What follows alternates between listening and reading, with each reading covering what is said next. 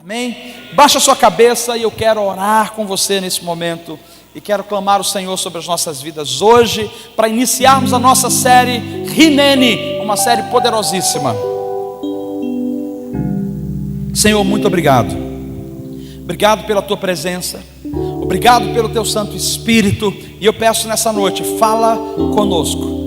Nos dá a habilidade de conseguirmos ouvir a tua voz e nos mover naquilo que o Senhor tem para nós. Fala com o teu povo, em nome de Jesus. Amém? Glória a Deus. Queria que você deixasse a sua Bíblia aberta em Gênesis capítulo 22. Se você puder abrir sua Bíblia em Gênesis capítulo 22, será o texto base que a gente vai ouvir hoje, que a gente vai aprender. Na verdade, eu quero compartilhar um pouco do meu coração no início dessa série. E eu vou dividir essa mensagem em duas partes. A primeira parte é para expor um pouco sobre a realidade de Abraão. E a segunda parte, eu quero trazer um testemunho prático da minha vida, que me levou a experimentar algumas das coisas que eu vi pelo princípio que Abraão experimentou. Então gostaria de relembrar a você, deixe seus ouvidos espirituais abertos, seus olhos espirituais abertos, porque Deus vai liberar chaves para que você nessa noite possa destravar áreas em você, e você possa caminhar ainda mais profundo com Deus. Aleluia. Então nós vamos começar falando sobre Hineni. A palavra Hineni é uma palavra hebraica, e nessa palavra, quando a gente traduz, ela vem muito superficial, muito rasa. O Hineni, da maneira que a gente entende, é simplesmente dizer, eis-me aqui. Então quando você escuta um pai chamando um filho, no hebraico o filho vai dizer Hineni, e esse Hineni é, eis-me aqui. Só que no sentido mais profundo, mais amplo dessa palavra, a palavra Hineni, ela significa, eis-me aqui, seja o que for, a hora que for, aonde for, diga-me o que queres, e eu farei o que agrada o seu coração. A palavra Hineni é uma predisposição em obedecer, é estar pronto sem saber o que vem à frente, é simplesmente dizer, Senhor, eu quero obedecer ao Senhor, independente de qualquer coisa. E eu tenho certeza que cada um de vocês carrega uma promessa, um sonho, carrega um projeto de Deus com você. E esse projeto que Deus tem sobre a sua vida é um projeto que foi escrito antes da fundação do mundo. E o Deus que tem um projeto para você não é um projeto mau. Deus tem um projeto de vida e um projeto de paz para você. A Bíblia fala em Jeremias 29:11, para te dar um futuro e para te dar uma esperança. Então nós não temos um Deus maquiavélico que fica por trás tentando fazer algo para destruir você, para dificultar a sua vida, para matar você. Quem mata é o inimigo das nossas almas. O nosso Deus gera vida. O nosso Deus gera vida. E Ele deseja gerar vida hoje. Ele deseja gerar vida em você. Ele deseja trazer à existência, gerar esperança novamente no seu coração, daquilo que um dia Ele falou contigo. E eu não sei, às vezes a gente vai esquecendo no meio do caminho o que Deus falou, às vezes a gente vai perdendo a força na caminhada, mas eu gostaria de trazer para você um princípio inabalável na história desse homem chamado Abraão. Primeiro, que na sua trajetória Abraão não tinha um conhecimento profundo de Deus. Abraão era um homem como eu e você, só que Deus tinha um projeto específico com ele. Deus não queria que ele fosse simplesmente um homem em um determinado lugar. Deus queria que ele fosse um homem de influência, que influenciasse a sua geração, influenciasse até os dias de hoje, nos séculos atuais. Esse homem precisou passar por algumas coisas, porque quando Deus começa a fazer uma obra nas nossas vidas, Deus, Ele nos tira de um lugar e nos leva geralmente para outro. Então geralmente a obra de Deus em nós, ela nos conduz a um ambiente que a princípio é extremamente desconfortável. E foi isso que aconteceu com Abraão, porque Abraão começa a sua trajetória ouvindo Deus dizendo, sai da tua terra, da tua parentela e vai para um lugar que eu ainda vou te mostrar. Então nós já vemos Deus descortinando e abrindo caminhos e dizendo para Abraão, eu quero ensinar para você dependência, confiança, através da sua atitude de obediência. Então preste atenção, no processo de Deus formar Abraão, Deus estava provendo condições para que ele fosse fiel e confiasse em Deus. A palavra confiança é uma palavra que a gente tem conosco quando tudo está bem, mas quando está ruim a gente começa a questionar, quando está difícil a gente começa a se debater, e a gente começa a buscar em ambientes, em soluções, em pessoas, e Deus está dizendo: quando as coisas apertarem, corra para mim. Quando as coisas não estiverem bem, corra para mim. Quando as coisas estiverem se desfazendo, caindo, corra para mim, porque eu sou o seu porto seguro. Nenhum homem vai conseguir prover para você o que Deus pode prover. Nenhum homem vai conseguir fazer por você ou levar você a algum lugar se Deus não estiver trabalhando e operando. Então tire a sua expectativa de homem, tire a sua confiança de homem e comece a colocar a sua confiança no Deus Altíssimo, que é Ele que está fazendo um trabalho na sua e na minha vida. Então a gente encontra Abraão num dos momentos mais cruciais da sua vida, porque Abraão já se encontra agora com 75 anos de idade. Nessa trajetória ele começou a se tornar um andarilho, e ele caminhava, avançava, e Deus ia falando com ele, e no processo Abraão ia aprendendo a ouvir a voz de Deus. O que eu acho tremendo é que Deus não chega de uma vez falando tudo. Deus vai trazendo em doses homeopáticas, porque às vezes o homem não tem condições de entender o plano total. Ou ele enlouquece ou ele foge, porque ele vai dizer: cara, isso é loucura demais. Mas Deus sabe conduzir. Deus vai conduzindo Abraão de processos em processos. São os processos que a gente aceita da parte de Deus que nos conduz até lugares altos nele. Nós não podemos nos tornar alguém que tenha confiança plena de Deus se nós não formos passando nos processos com uma atitude de confiança e fidelidade a Deus. Era o que Deus estava trabalhando com Abraão, fidelidade. E para isso Deus vai colocando desafios. O que eu acho interessante é que no versículo 1 do capítulo 22, que você tem aberto aí, Gênesis 22, versículo 1, diz assim: e aconteceu depois dessas coisas que provou Deus a Abraão. O que é que Deus fez com Abraão? Provou. E disse-lhe Abraão, e ele disse: eis-me aqui. Nós vamos ficar com esse versículo. O que é que a gente entende que Deus estava fazendo com Abraão para preparar Abraão? Deus estava provando Abraão. A prova não vem com uma placa: você está sendo provado. O seu professor ele pode até anunciar, mas a prova é surpresa. Quando chega lá você não sabe o que tem na prova. A prova de Deus para nós, ela não é anunciada. Ele nos empurra e Ele nos coloca diante de uma situação. E a prova não é para humilhar você. A prova é para que você saiba o quanto você está dominando o assunto.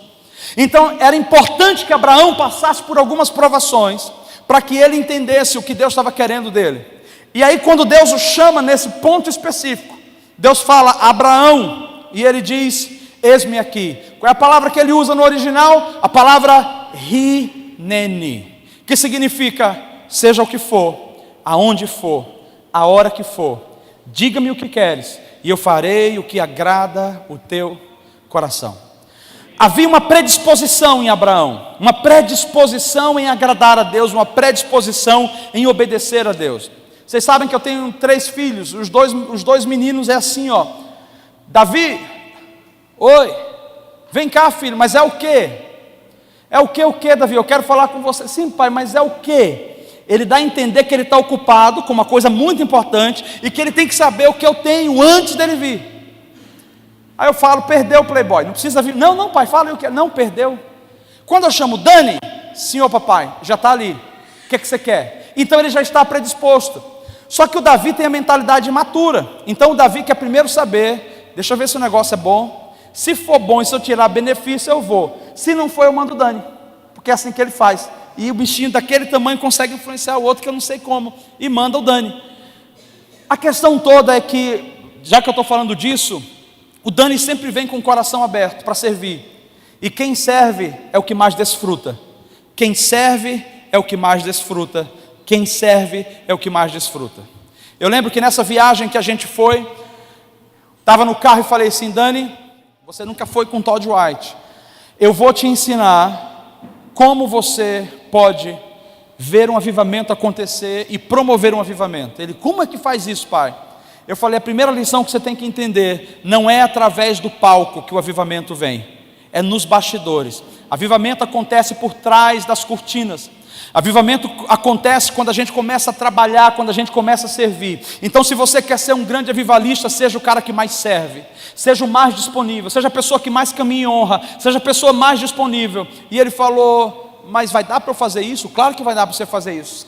Quer saber, meus irmãos? Chegamos lá, eu era o coordenador da viagem. Então falei: você vai comigo no aeroporto, você vai ver como receber pessoas. Coloca um sorriso no rosto e receba como se você estivesse recebendo o presidente. Lá estava o Dani de braços abertos, recebendo as pessoas que chegavam, de braços abertos, sorrindo. E uma coisa que eu me espantei: a língua do menino disparou e ele começou a falar inglês, a ponto do Dani ter se tornado tradutor na equipe, traduzir para americano, para brasileiro. Eu falei: o que está acontecendo aqui? Deus deu a ele uma graça e começou a liberar de dentro dele algo especial. O menino está falando inglês.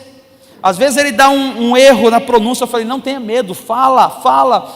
Mas olha só que interessante, o fato dele se dispor a servir e entender que é assim que a gente constrói o avivamento, começou a carregar mala. Falei: carrega mala, não deixa ninguém carregar. Mas pai do céu, eles não vão ficar ofendidos? Não, carrega você e eu, vamos lá. Enchemos o ônibus, chegamos no hotel. Ele olhou para mim: pronto pai? Falei: pronto não, agora tem uma outra missão. Tem não sei quantos fardos de água e você precisa levar 2 em cada quarto para cada pessoa.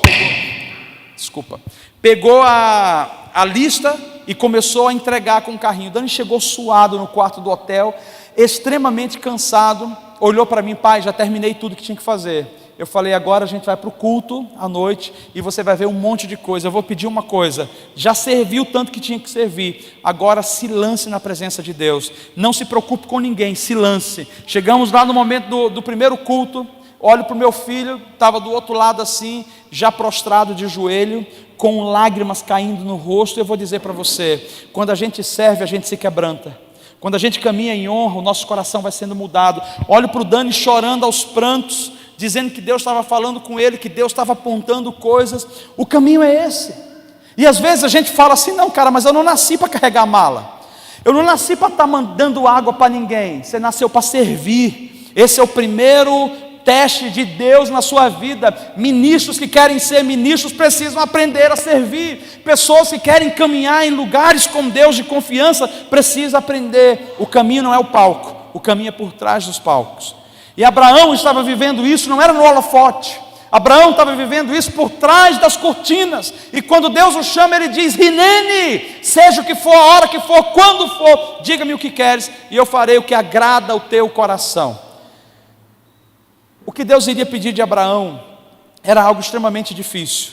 Deus pede o filho, o único filho que havia prometido para ele. Abraão, com 75 anos de idade, entra em crise. Deus promete para ele um filho. Com 99 anos de idade, Deus dá a ele a possibilidade de se tornar pai. E agora o mesmo Deus que dá a ele a possibilidade de se tornar um pai, olha para ele e fala: eu quero o teu filho. Agora eu quero que você preste atenção comigo, porque Abraão já tinha se predisposto a fazer o que Deus estava pedindo. E quando Deus pediu o filho, a primeira coisa que ele fez foi: juntou as coisas, pegou o filho e colocou o pé na estrada com mais 3 servos. Gostaria que você prestasse atenção nesse cenário, porque o cenário de caminhar até o monte para adorar, Deus falou para ele: leva o menino para o monte para me adorar. Esse processo, o menino não era uma criança como a gente fala, ele tinha entre 25 e 30 anos de idade. Ele já sabia algumas coisas.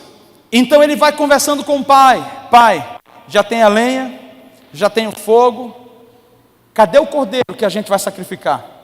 E o pai olha para ele e fala assim: filho, Deus proverá o cordeiro.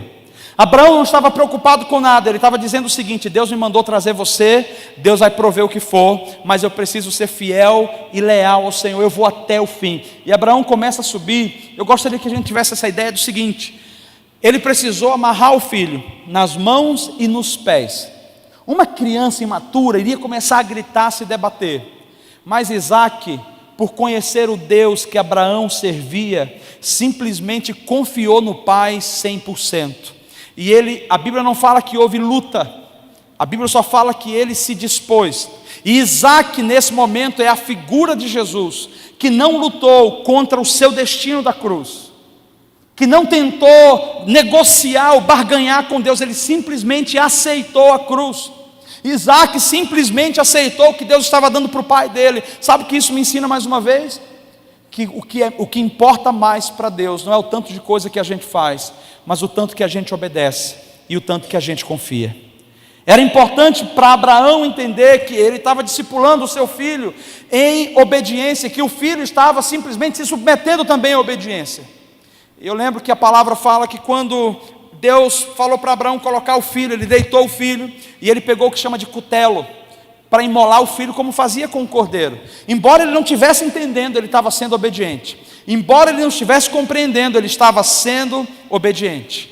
E a obediência nos leva a maiores níveis com Deus. Abraão pega o cutelo e a Bíblia diz que Deus envia um anjo, e o anjo precisa gritar lá do céu, dizendo: Abraão, não faças isso, porque agora o Senhor sabe o que tem no teu coração. Agora Ele sabe que você o obedece acima de qualquer coisa. E a história de Abraão, na verdade, não começa quando ele saiu de casa. A verdadeira história de Abraão começa depois dessa provação, quando ele não teve medo de obedecer a Deus, e ele deu o passo que Deus queria, porque ele estava predisposto em seu coração em obedecer. Deixa eu trazer uma coisa para você nesse momento. Na nossa caminhada de vida, existem várias situações que Deus vai nos levar, mas uma coisa Deus sempre vai trabalhar em você: ouça e obedeça, ouça e obedeça. Tudo que Deus for conduzir você a fazer, não vai fugir dos princípios bíblicos. Deus sempre vai nos manter nos princípios bíblicos, porque os princípios profetizam e glorificam a Jesus.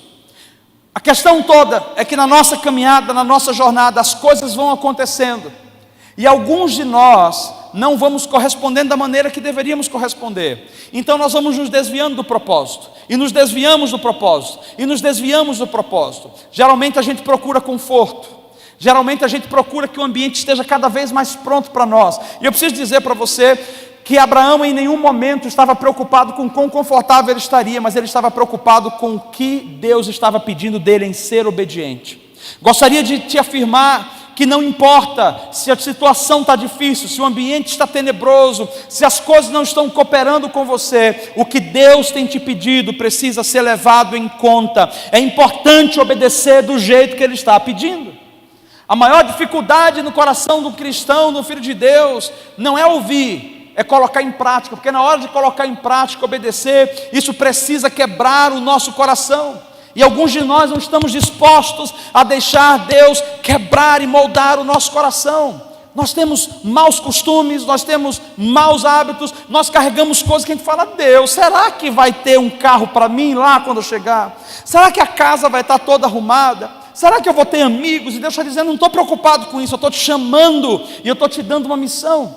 Então preste atenção, irmãos, a prova de Deus na vida de Abraão foi: simplesmente diga sim, diga rinene, esteja disposto, porque o Senhor vai prover sempre o que precisa ser provido para que a vontade dele seja cumprida.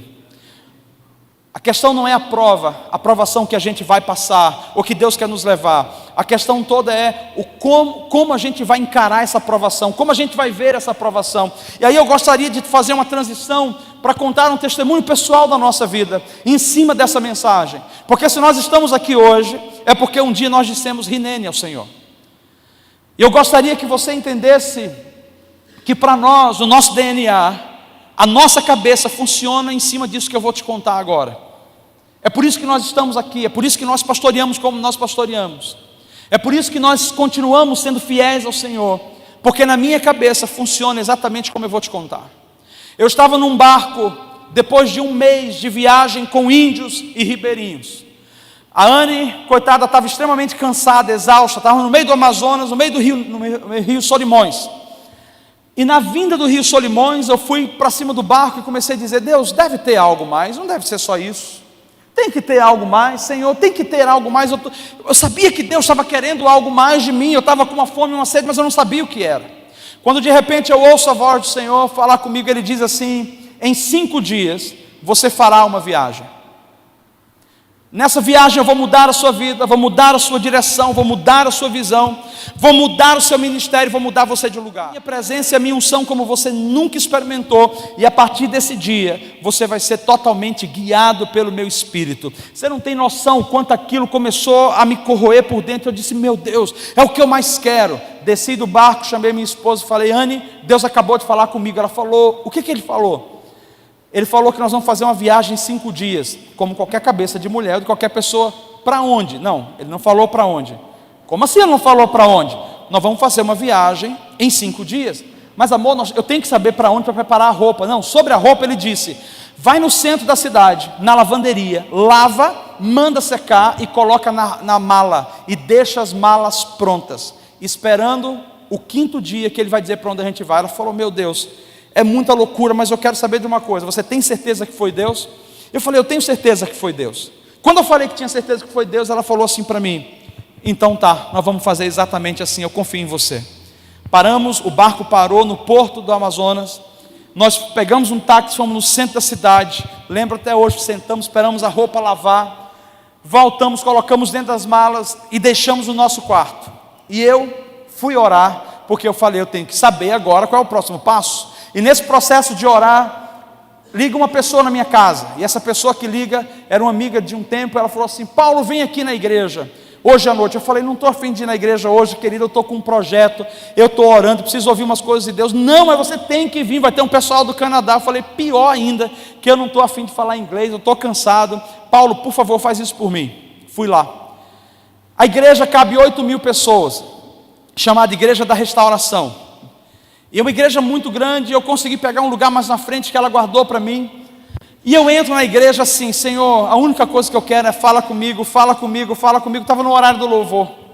E eu levanto a mão. E nesse momento que eu levanto a mão, eles estavam cantando Agnus Dei. Não sei se vocês conhecem essa canção. Aleluia, aleluia. E eu com as mãos levantadas tive uma experiência espiritual sobrenatural. Senti que o meu espírito não estava mais aqui dentro, que estava em outro lugar. Eu vi um ambiente todo diferente. E note, eu estava com a mão na igreja levantada, gritando e chorando. Os diáconos já estavam chegando do meu lado lá, me puxando. E a Anne falou, eu não sei o que fazer, porque eu não sentia e não via nada, a não ser um anjo que colocou um mapa mundi na minha frente. E ele falou, eu quero que você ande pelo mapa. Andei pelo mapa. Aí ele trouxe uma mala, colocou do meu lado. Aquela mala, ela transbordava de dinheiro. E ele disse, esse dinheiro é suficiente para que você possa pisar em todos esses lugares. Daqui a pouco ele me traz uma caixinha.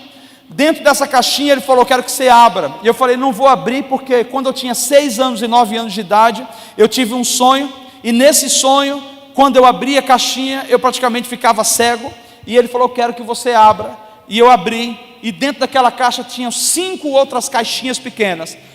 Eu falei, eu vou abrir, com medo de ficar cego, abri. Quando abri, tinha uma chave grande, ele tirou a chave, anexado a essa chave, tinham centenas de outras chaves. Ele falou, as chaves grandes são as chaves dos continentes, e as chaves pequenas são as chaves das nações. Aí ele fechou a caixa e falou, estou entregando para você.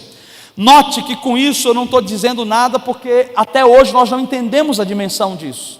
Eu só estou entendendo que Deus entregou algo para nós, nas nossas mãos, com relação às nações. Eu só estou entendendo que Deus está dizendo, eu quero levantar você, para que você levante pessoas, para que vocês toquem nações, influenciem gerações. Naquele momento eu peguei aquilo e guardei, só para te fazer entender o quanto é maravilhoso quando Deus fala. Talvez 8 anos depois dessa experiência, eu estava pregando em Belo Horizonte. E enquanto eu pregava em Belo Horizonte, termino de pregar, estava indo para a casa do pastor para depois ir para o aeroporto.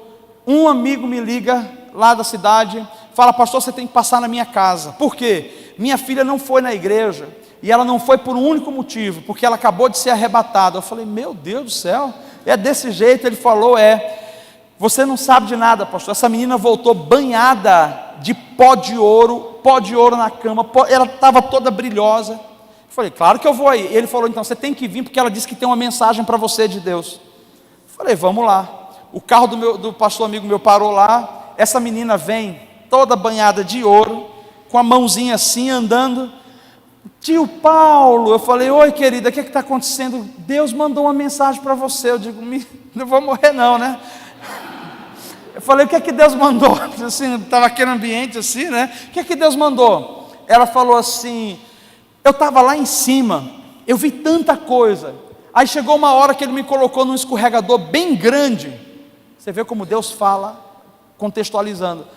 Me colocou num escorregador bem grande e me empurrou. E eu falei, eu não quero ir, você tem que ir. Só que antes de ir, entregue isso aqui para o Paulo. O que é isso? Não abra, só diga para ele o que é. Só diga para ele o que você tem na mão. E aí ela desceu no escorregador de ouro e chegou banhada de ouro em casa, e eu vendo aquilo tudo.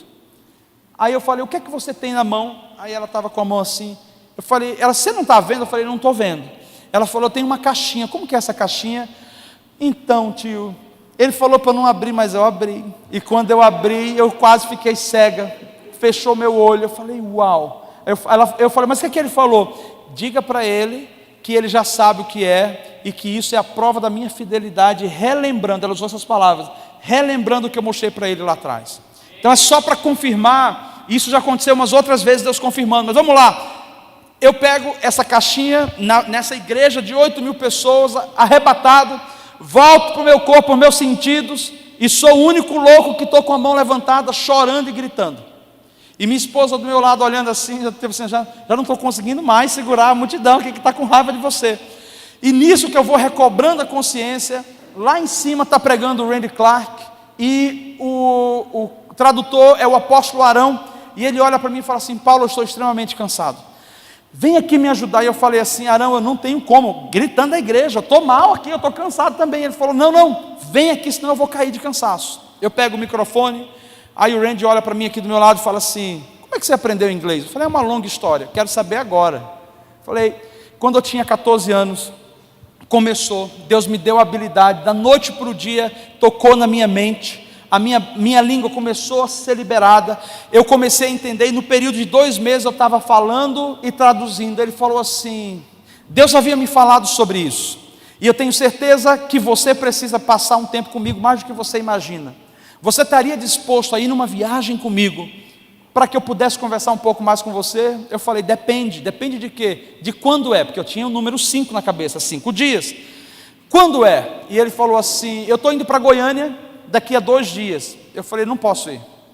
Ele falou, só que em 5 dias eu estarei em Curitiba. Eu falei, essa eu posso ir. Ele falou, você vai? Vou. Aí me deu um cartãozinho e foi embora. Nesse momento eu chego em casa, falei para a Anne, já sei para onde a gente vai. Ela, para onde? Para Curitiba. Curitiba no sul do Brasil, exatamente. Mas nós não conhecemos ninguém lá, não precisamos. Deus já mostrou que é lá, e vai ser em 5 dias. Nossas malas estavam prontas. No dia seguinte eu ligo para a empresa aérea, faço a reserva na falida VASP, que hoje não existe mais. Deixei a reserva ali, peguei um bom preço e as roupas arrumadas. E ela falou assim, amor, mas como que vai ser? Não sei. Onde a gente vai ficar? Não sei. E se não tiver o dinheiro para a gente viajar? Eu falei, tem 2 opções. Primeira opção, nós vamos chegar no aeroporto e falar com a atendente, cadê a passagem? Dá os nossos nomes. E se ela falar que não tem, vamos esperar 30 minutos e voltar de novo.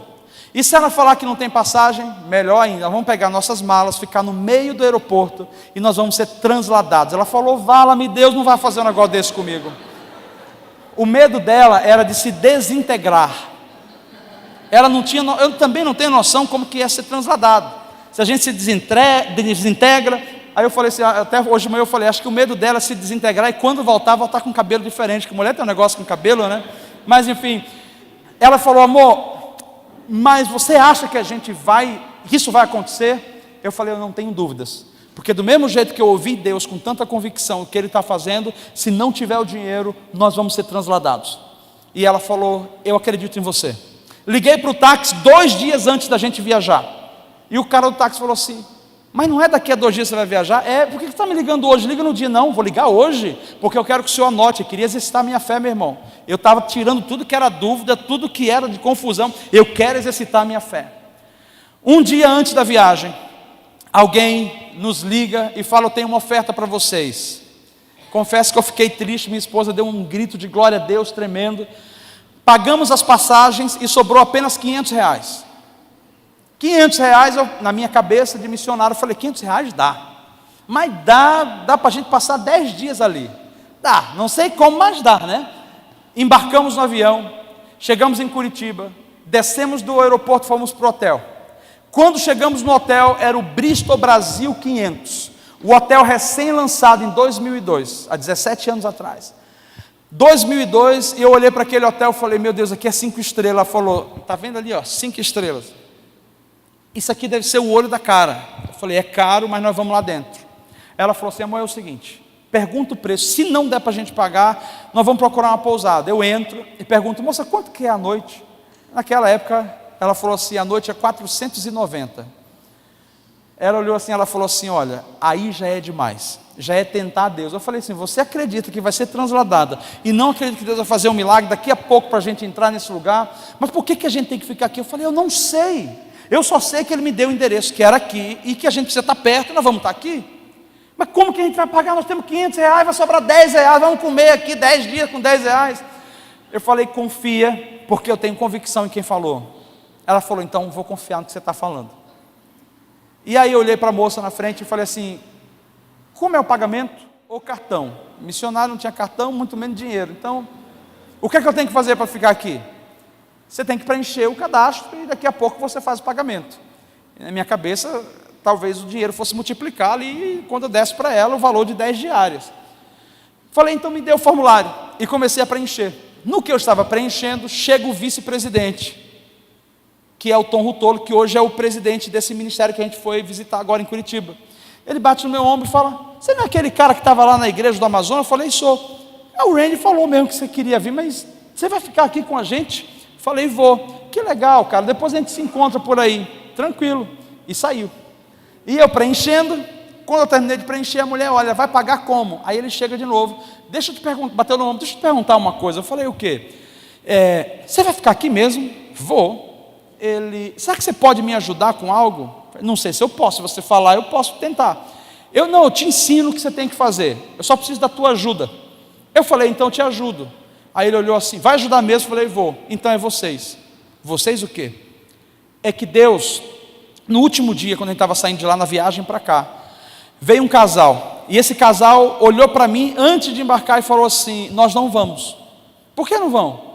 Porque Deus acabou de falar para nós, não é para pegar o reembolso, porque não é para nós essa viagem. Vai ter um outro casal no Brasil, que precisa estar com vocês, e Deus vai mostrar quem é, e quando vocês veem eles, vocês vão saber que é eles. Então todo o dinheiro que vai custear a nossa viagem e estadia lá, vocês podem pagar 100% para eles. Agora, eu estava aqui, dando negócio à mulher, esperando a forma de pagamento, ele falando comigo aqui, e quando ele falou isso, ele falou assim, vocês aceitam que a gente pague a despesa de vocês? Uma vez que ela disse que esse dinheiro não é para ela, mas é para vocês, eu já estava em lágrimas.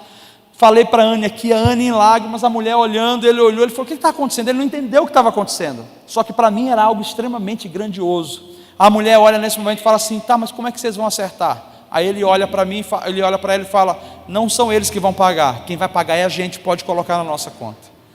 O Deus que a gente serve é Deus de extremo milagre, mas você não vai experimentar milagres extraordinários sem passos extraordinários. Você não vai experimentar coisas grandiosas de Deus sentado na sua cadeirinha de crente religioso. É preciso dar passos e ouvir o que Deus está falando. Eu não estou falando para você sair por aí doido, porque Deus não se responsabiliza por aquilo que Ele não fala, e quando Deus fala, Deus faz. Por isso eu tenho muito critério quando eu digo Deus disse, porque se eu falar que Ele disse, é porque Ele de fato disse. Eu tenho que ter temor com isso, mas eu quero te ensinar uma coisa essa noite. Deus quer conduzir você a ambientes onde você vai desfrutar de uma dimensão ainda maior da bondade, da fidelidade, das bênçãos e dos milagres. Só que antes disso vem o chamado, filho. Dependendo do tipo de resposta, vai ser o tipo de caminho que você vai receber. Dependendo de como você responde, é o que você vai experimentar lá na frente. Temos que deixar de ser crentes interesseiros, que queremos estar perto de pessoas, para usar pessoas como trampolins, que olhamos para homens, que os homens vão me levar para aqui ou para ali. Digo para você, sem medo nenhum de errar, Muitas pessoas se metem em armadilhas, porque elas acham que um vai ajudar, que o outro vai fazer. Quem vai te ajudar verdadeiramente é Deus, porque agindo Deus, ninguém vai impedir. Chegou a hora da gente parar de dar o nosso jeitinho brasileiro, da nossa manipulação aqui. Chegou a hora da gente tentar parar de fazer no nosso braço e simplesmente trabalhar em cima do que Deus falou. Fé não é loucura, fé é obediência a uma palavra dada, e ao som da voz do Senhor, Ele vai fazer as coisas acontecerem. O que eu estava procurando não era o hotel, meu irmão, não era aquela semana no hotel. O que eu estava procurando era o que Deus tinha me falado: eu vou mudar a sua vida, mudar a sua direção, mudar o seu coração, mudar a sua visão, o seu ministério, mudar a sua vida, apresentar a você a minha unção e a minha presença, e você vai ser guiado a partir desse dia pelo meu Espírito para sempre. Chegamos, depois no final de 10 dias, vimos milagres absurdos, desde criar ossos onde não tinha numa perna, desde colunas completamente tortas se alinharam na nossa frente. Nós vimos coisas estrondosas. Eu falei: meu Deus, nunca tinha visto isso na minha vida. Quanto milagre. No último dia da viagem, depois de ver tudo aquilo, eu não tinha experimentado o que Deus tinha dito para mim que eu iria experimentar. E eu comecei a me questionar: será que teve algum passo, algum momento que eu não ouvi o suficiente? E por isso as coisas não aconteceram, porque estamos no último dia da viagem, vamos para a última igreja. E a minha crise era que a última igreja era uma igreja batista. Então a minha ideia de igreja batista é a ideia de igreja fria. Desculpe, não hoje, tá, meu irmão? A ideia era essa, que eu fui criado na Assembleia de Deus, pelo amor de Deus. E aí eu chego naquela igreja, 3.000 pessoas sentadas, Balneário Camboriú. O nome do pastor era pastor Michael, eu lembro até hoje, nunca mais tive contato com ele. Balneário Camboriú, um frio de rachar os ossos. E eu pensei, diante de Deus eu pensei: peraí, fui na quadrangular, vi tudo que vi e não senti o que Deus falou. Fui na Assembleia de Deus, todas essas igrejas de movimento, o negócio não aconteceu. Agora aqui nessa igreja batista, com todo mundo que nem bate palma, eu falei: Senhor, como que vai ser? Mas aí é justamente o que Deus faz, Deus confunde a gente, porque às vezes a gente coloca expectativa numa coisa e Deus está falando: está errado, cara, coloca a expectativa nele, porque é Ele que faz, independente da situação, do lugar geográfico, independente de pessoas, Ele é Deus, Ele vai fazer. E aí eles começam a tocar aquela canção Agnus Dei, a mesma canção, aleluia,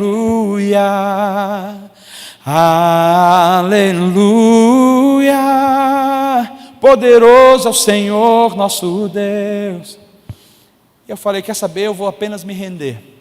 Eu levantei minha mão, e naquela manhã, 8 horas da manhã, eu tive uma das experiências mais marcantes e impactantes da minha vida. E a experiência não apenas foi marcante no bom sentido, mas foi constrangedora também, porque agora estou eu diante de 3.000 irmãos batistas, que não creem em muitas manifestações, e eu não era esse tipo de pessoa de sair pulando, gritando e fazendo sinais assim, e de repente, entra um vento na igreja, e aquele vento me toca, eu começo a ficar desesperado, com minha esposa aqui do meu lado, eu comecei a pular, já era normal estar pulando daquele jeito, me tremendo, e comecei a girar, e eu olhei para ela com um olhar, não era olhar assim: amorzinho, me ajuda. Foi um olhar de desespero. Anne, pelo amor de Deus, me ajuda. O que está acontecendo comigo? Ela olhou para mim e falou assim: eu não sei o que está acontecendo com você. Eu falei: me para. Ela falou: não consigo te parar. Só foi ela falar que não consigo me parar, parecia um ioiô ou um peão que foi solto no meio da igreja. Os irmãos cantando e olhando, né? Orando e vigiando, né? Eu ia para um lado, eu ia para o outro. Meus irmãos, vocês estão rindo hoje, mas se fosse vocês, vocês iam ver lá. Nunca aconteceu comigo aquilo, o pior de tudo. Não bastava ficar girando, né? Não gosto nem de lembrar. Não bastava ficar girando no meio da igreja, eu caí no chão.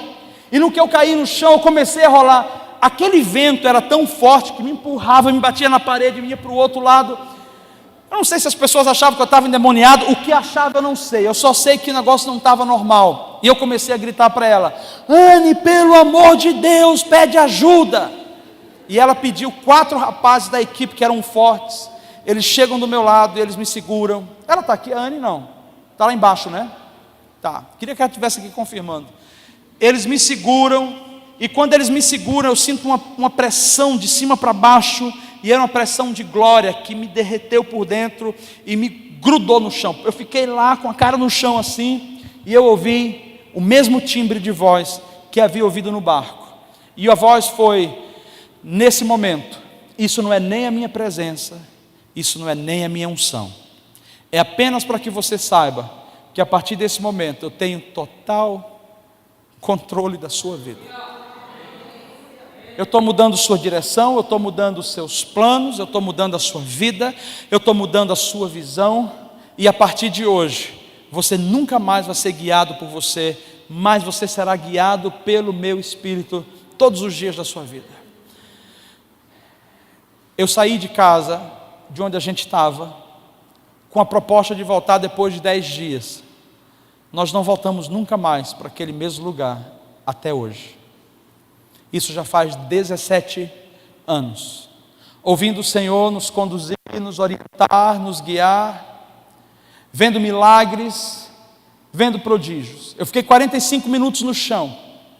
Quando eu levantei depois de 45 minutos, a gente só tinha tempo de ir no hotel, pegar as coisas. E falei assim: meu Deus, acabou os 10 dias, para onde nós vamos agora? Porque a passagem, os irmãos, desculpe se parece ser muito louco ou irresponsável, não foi irresponsável. Eu conheço o Deus que eu sirvo. Ela olhou para mim e ela falou: mas amor, a gente não fez nem reserva dessa vez na passagem, para onde a gente vai? Eu olhei para ela e falei: vamos visitar minha mãe lá em Maceió. Como que a gente vai? De ônibus ou de avião? Nós vamos de avião, que eu estou muito cansado. Ela: mas nós não temos dinheiro. O dinheiro, até os restos que tinha, gastou a metade aí, dando oferta, fazendo coisa. Eu falei: Anne, já que Deus não transladou a gente na primeira vez, será que Ele não quer transladar agora? Ficou louca. Entramos no ônibus, saindo de Balneário Camboriú, indo para o aeroporto. A única coisa que eu tinha convicção era segurar a mão dela. Nós choramos e agradecemos. Ela falou: estamos indo para onde mesmo? Eu falei: para o aeroporto. E como é que vai ser lá? Do mesmo jeito que teria sido no Amazonas, se Deus não tivesse feito diferente. Ela falou: então tá bom. Só lembro de ter segurado a mão dela. E no momento ela colocou a cabeça no meu ouvido e ela falou assim: amor, como seria bom se a gente chegar lá, tivesse pelo menos uns 5 dias de férias, né? Falei: seria ótimo.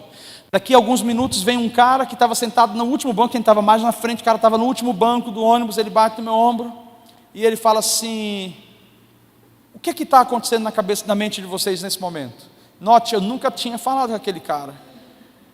Embora ele estivesse na equipe, era uma equipe muito grande. Eu falei: não, está tudo certo. Estamos aqui agradecendo a Deus. Ele: não, porque eu acabei de ouvir Deus sobre vocês. Eu falei: o que é que você ouviu?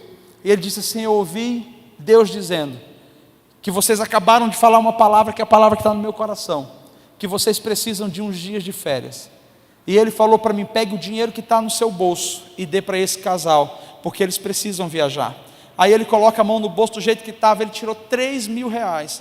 Falou: abre a mão, querido. Abri a mão, ele falou assim: ó, isso não é meu, isso é do seu pai. Eu não te daria esse valor, eu não queria dar esse valor, mas o seu pai está mandando dar.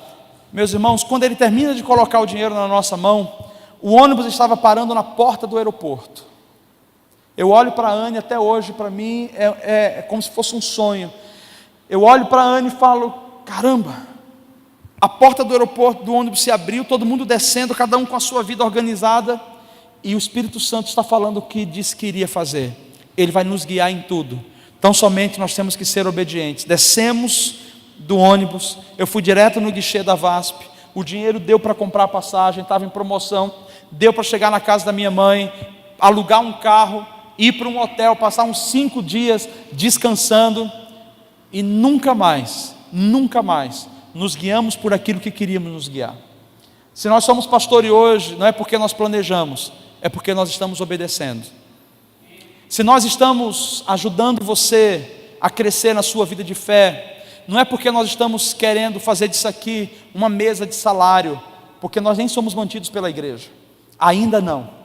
É porque nós entendemos que Deus disse: levante uma geração. E é por isso que nós muitas vezes somos incisivos quando falamos sobre princípios inegociáveis da palavra, porque ninguém consegue chegar no ambiente de confiança e fidelidade de Deus para conosco sem ser fiel nas pequenas coisas. Nessa noite eu gostaria de dizer para você, o que o Senhor está querendo pedir de nós, não é muito, mas é apenas confiança absoluta. Ele não está pedindo que você faça loucuras, Ele está dizendo, confia em mim, porque a confiança vai abrir os céus, a confiança vai abrir portas, a confiança vai direcionar você. Eu quero convidar você a ficar de pé nessa noite. Eu gostaria de pedir para que você relembrasse em Deus, relembrasse as palavras que Deus tem te dado, relembrasse os sonhos que Deus tem colocado diante de você. Em vários momentos, provavelmente a gente possa ter deixado coisas para trás, a gente possa ter esquecido, porque a gente começou a ver dificuldades, e a gente se tornou alguém extremamente ingrato, porque a gente não consegue ver o que Deus está fazendo, e Deus está dizendo, deixa eu conduzir você, porque eu tenho um plano maravilhoso para você. Feche os seus olhos nesse momento, e se você puder, simplesmente comece a agradecer a Deus por tudo que Ele tem feito até hoje. Eu creio que Deus está reescrevendo histórias nessa noite, e eu creio que o que Deus está dizendo para você é, eu não estou esperando nada a não ser a sua obediência total, não obediência parcial, mas obediência total. Ah, pastor, mas eu tenho dificuldades, eu tenho problemas e dilemas. Ele não está nem aí para os seus pecados, para os seus dilemas ou problemas, desde que você esteja disposto a deixar o Espírito Santo transformar o seu coração, mudar a sua vida e dar a você uma nova perspectiva de vida. Eu creio que Deus está levantando uma geração, e é essa geração que não vai negociar princípios de Deus para chegar ao lugar de homens. Deus está dizendo, o lugar que eu tenho para você, eu coloco você. O lugar que eu tenho, as coisas que eu tenho, sou eu que organizo. Eu creio que Deus está nos conduzindo hoje. Eu creio que Deus está dando novas vestes. Eu creio que Deus está reavivando e pulverizando novos sonhos em nossos corações. Quem sabe o seu coração se petrificou ao longo dos anos, e você se tornou extremamente racional, extremamente materialista, extremamente carnal, e Deus está dizendo, eu preciso tomar você nesse ambiente desconfortável. Sim, até aquela experiência que eu me tornei desconfortável, fiquei ali embaraçado diante das pessoas, aquilo ali teve um ensinamento. O ensinamento é, muitas vezes Deus vai nos levar a situações onde nós vamos achar ridículos, mas Ele está dizendo, essa é a única maneira de quebrar o seu coração, quebrar a religiosidade, quebrar os padrões que um dia você levantou, padrões de homem, padrões de mundo. Eu sinto que o Senhor está aqui nessa noite dizendo, a quem enviarei?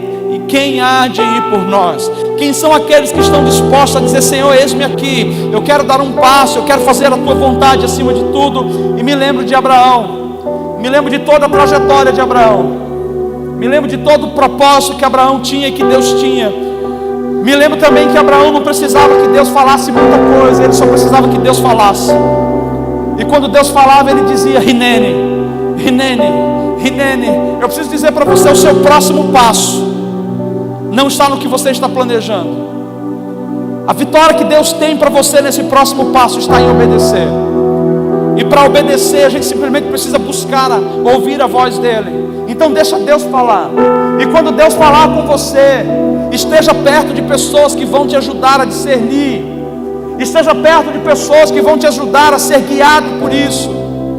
Talvez na minha época eu não tive muito isso, mas Deus tinha me conduzido de uma outra maneira diferente de vocês. Mas hoje Deus levantou a gente, levantou tantos líderes e pastores para te ajudar a conduzir, para que você seja alguém que vai experimentar o máximo de Deus. Aleluia. Feche os seus olhos e comece a colocar o seu coração diante de Deus. Aleluia, aleluia. Seja